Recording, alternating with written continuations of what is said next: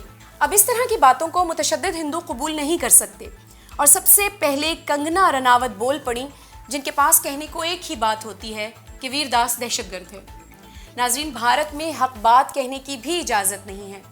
جب ہندو کامیڈین طنز میں بھی حکومت پر تنقید نہیں کر سکتا تو کیسے مسلمان یہ امید لگائے بیٹھے ہیں کہ ہمارے بھی اچھے دن آئیں گے، ہماری بات کو بھی سنا جائے گا اور اسلام دین حق کو کوئی قبول کر لے گا۔ اپڈیٹ کریں آپ کو کسانوں سے جنہوں نے مودی کو جھکا دیا۔ آیا مسلمان بھی ایسا کر پائیں گے؟ کسانوں کے ساتھ 1 سال سے جاری مقاومت رنگ لے آئی اور مودی نے تینوں متنازع قوانین جن پر احتجاج جاری تھا وہ کسانوں سے معافی مانگتے ہوئے واپس لینا قبول کر لیا ہے۔ کسانوں نے کہا کہ یہ ہماری آدھی سے زیادہ جیت ہے، کیونکہ پہلے تو یہ قانون رسمی طور پر پارلیمنٹ میں رد ہو اور باقی مطالبات کو بھی منظور کیا جائے۔ کانگریس کے لیڈر راہل گاندھی نے ٹویٹ کیا کہ یہ استکبار پر مقاومت کی فتح تھی۔ مودی کے 7 سالہ دور حکومت میں یہ پہلا فیصلہ ہے جو مودی کو واپس لینا پڑا، کیونکہ مودی کسی کی بات نہیں سنتا، لیکن یہاں پر اسے کسانوں کے سامنے گھٹنے ٹیکنے پڑے، جبکہ امت شاہ یہ کہہ چکا تھا کہ جو کچھ بھی ہو قانون واپس نہیں لیں گے۔ تو پھر مودی نے ایسا کیوں کیا؟ اس کی چند وجوہات یہ ہیں۔